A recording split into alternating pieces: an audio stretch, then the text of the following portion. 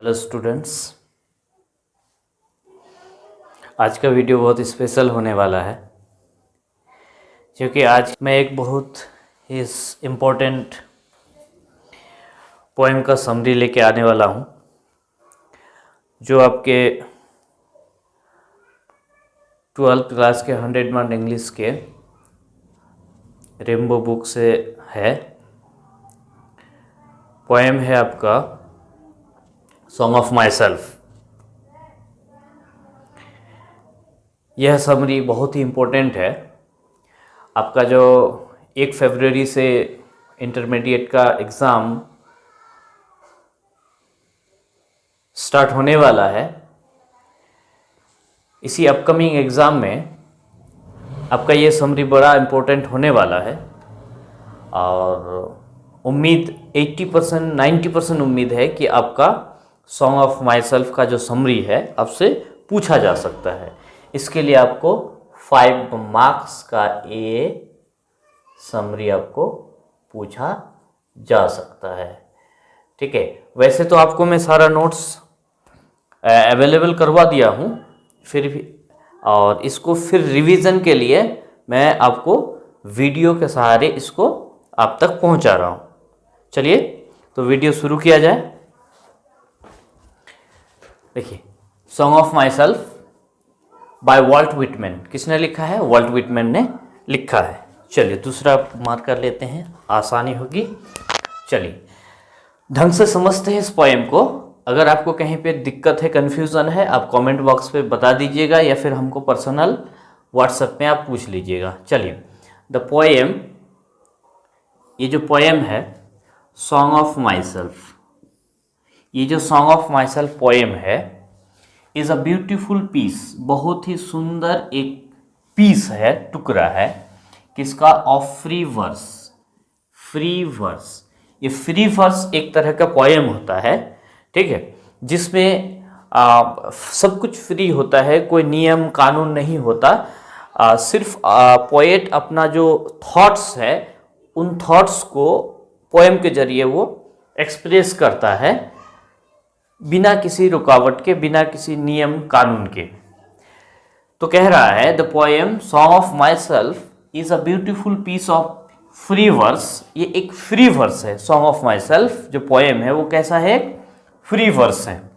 Has been composed, has been composed.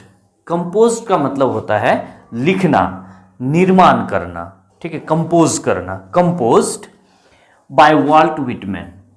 Vault Whitman इस poem को compose किया है, इसलिए कह रहा है the poem song of myself is a beautiful piece of free verse has been composed by Walt Whitman. Compose मतलब लिखना, कंपोज्ड मीन्स लिखना। किसके द्वारा लिखा हुआ है? वॉल्ट विटमैन के द्वारा। अब इस वॉल्ट विटमैन के बारे में कुछ जानकारी। Walt Whitman an American poet. Walt Whitman एक अमेरिकन पोएट है, यानी इसका पैदाइश अमेरिका में हुआ था, ठीक है, तो अमेरिकन पोएट हुए ये। तो Walt Whitman an American poet widely. Widely का मतलब होता है, ठीक है, वेरी।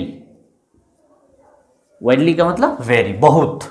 वाइडली फेमस, ये जो वॉल्ट विटमैन है बहुत फेमस है, widely famous as a people's poet. यानी वो किस नाम से फेमस है? पीपुल्स पोएट के नाम से फेमस है। ये ऑब्जेक्टिव भी पूछ सकता है कि वॉल्ट विटमैन किस नाम से फेमस है, तो पीपुल्स पोएट के नाम से फेमस है। ये रहा आपका पहला नंबर पैराग्राफ। कोई दिक्कत नहीं, ये पहला नंबर पैराग्राफ आपको लिखना है। दूसरा, अब पैराग्राफ चेंज करना है हमें। चेंज जब करोगे तो जहां से स्टार्ट किए थे पहला नंबर, पहला लाइन, ठीक उसी के सामने से आपको दूसरा लाइन शुरू करना होगा जब आप पैराग्राफ चेंज करके लिखोगे। चलिए आगे क्या कहता है, देखिए। इन दिस पोएम, इस पोएम में द पोएट, ये जो पोएट वॉल्ट विटमैन है, गिव्स सेवरल आइडियाज। सेवरल मतलब होता है, ठीक है, lots of, many. Several means many, बहुत। सेवरल आइडियाज, बहुत सारे आइडिया देता है। किस बात की आइडिया? टू द मॉडर्न, किसको आइडिया देता है? To the modern human bodies. Human bodies मतलब इंसान, यानी जो आधुनिक इंसान है, इस आधुनिक जमाने का जो इंसान है उसको बहुत सारे आइडिया देता है इस पोएम में। कौन? Walt Whitman. अब किसके लिए भाई? To make their self identity, to make their self identity, मतलब इस जमाने में, इस मॉडर्न वर्ल्ड में जो लोग हैं उसका अपना एक पहचान बनाना है, बनाने के लिए ये पोएट बहुत सारे आइडिया देते हैं। और क्या देते हैं? मिंगल। मिंगल का मतलब होता है एक दूसरे के साथ मिलजुल के रहना, मिलना जुलना, मिलजुल के रहना। तो मिंगल विद द नेचर। और किसका आइडिया देता है? जो mingle with the nature, nature मतलब कुदरत, प्रकृति, प्रकृति के साथ मिलने का आइडिया देता है, प्रकृति के साथ मिलजुल के रहने का आइडिया देता है। एंड, और क्या देता है? And B a joyful man, और एक खुशहाल व्यक्ति होने का आइडिया देता है कि एक इंसान कैसे एक खुशहाल व्यक्ति हो सकता है, इस चीज का आइडिया देता है। In this individual modern society, in this individual modern society, individual का मतलब होता है, ठीक है, एकांत, अकेला, यानी ये जो मॉडर्न, ये जो समाज है, सोसाइटी है, वो मॉडर्न आधुनिक समाज है। और आधुनिक समाज कैसा? इंडिविजुअल हो गया है। इंडिविजुअल कहने का मतलब है कि किसी इंसान के लिए किसी इंसान के पास टाइम नहीं है, किसी इंसान के लिए, एक इंसान के लिए दूसरे इंसान के पास वक्त नहीं है। इसी को बोलते हैं, जो हम लोग देखते हैं अलग थलग हो गए हैं सारे लोग, किसी के पास किसी के लिए टाइम नहीं है, किसी के पास किसी के लिए दो अच्छी बातें हैं, किसी के पास टाइम नहीं है किसी के साथ बैठ के दो बातें करने का।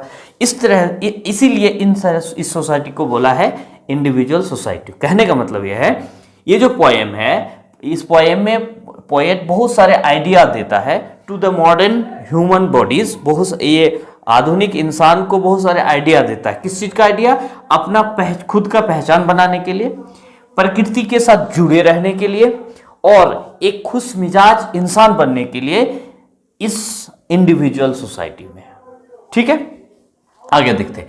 हियर, यहां Whitman, Whitman means Walt Whitman, promoted, promote means हौसला बढ़ाना, प्रोमोटेड या फिर आगे बढ़ाना, आगे बढ़ाना, universal brotherhood. Universal brotherhood, brotherhood मतलब होता है भाईचारा। ब्रदरहुड मीन्स भाईचारा, भाईचारा। यूनिवर्सल ब्रदरहुड, यूनिवर्सल का मतलब होता है विश्व स्तरीय, यूनिवर्सल, ब्रह्मांडीय।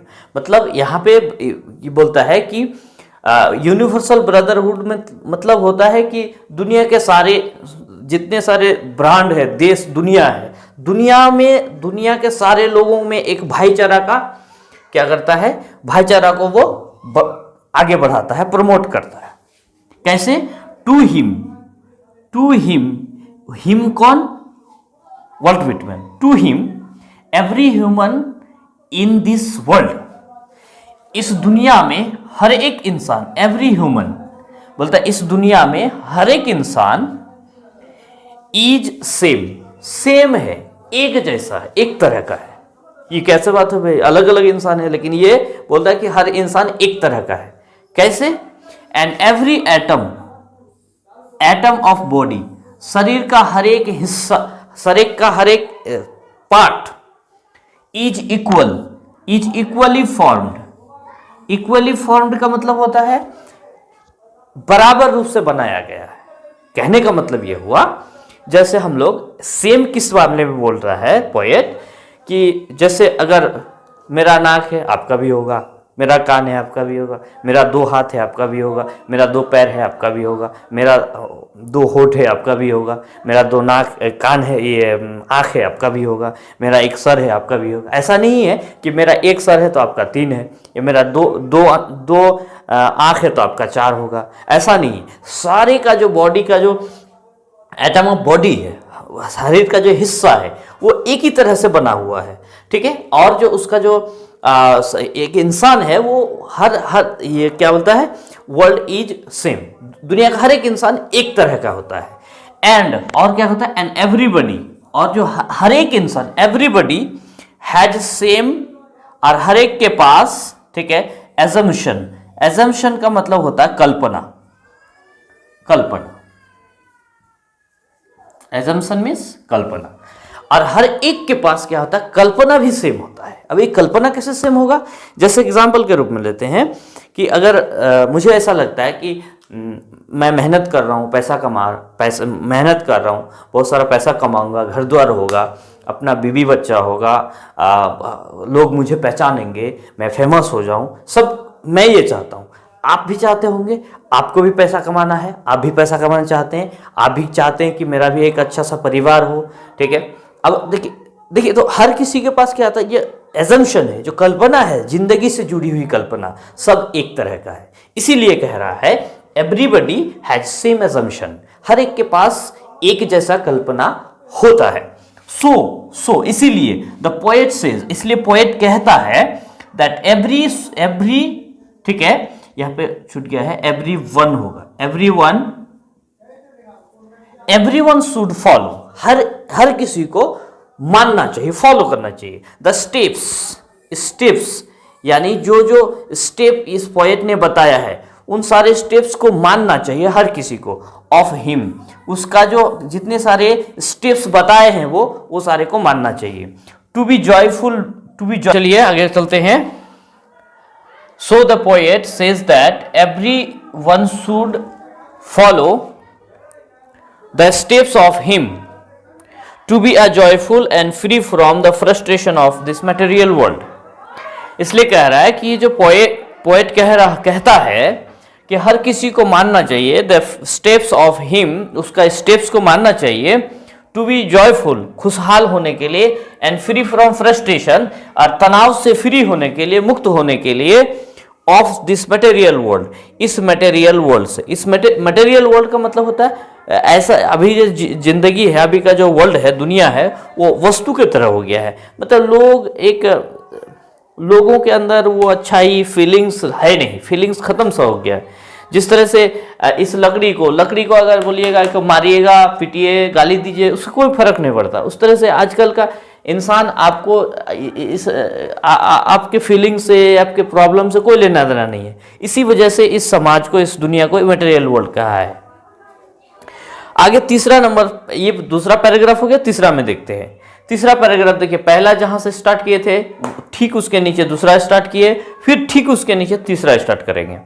चलिए आगे चलते। देयरफॉर मतलब इसलिए, therefore this poem deals with, ये जो पोएम है डील करता है, deals with the remarkable ideas, मतलब शानदार आइडिया से ये पोएम डील करता है, एंड इम्पोर्टेंट नोट्स, और बहुत सारे इंपॉर्टेंट बातें, नोट मीन्स बात, आयरोनिकली मतलब किसी एक चीज पर रख के कोई दूसरी बात को कहना, ठीक है। ये हो गया आपका ये पोएम। तो उम्मीद है कि इस पोएम को अच्छे से समरी को अच्छे से समझ गए होंगे, और इस समरी को आप अच्छे से रिवीजन कर लीजिए, ये क्योंकि ये 80% चांस है कि इस समरी को आपको 2022 एग्जामिनेशन में 80% चांस होगा आपको इस समरी से पूछने का, और इसको बढ़िया से आप रिवीजन कर लीजिए, ठीक है, और आप 5 नंबर घर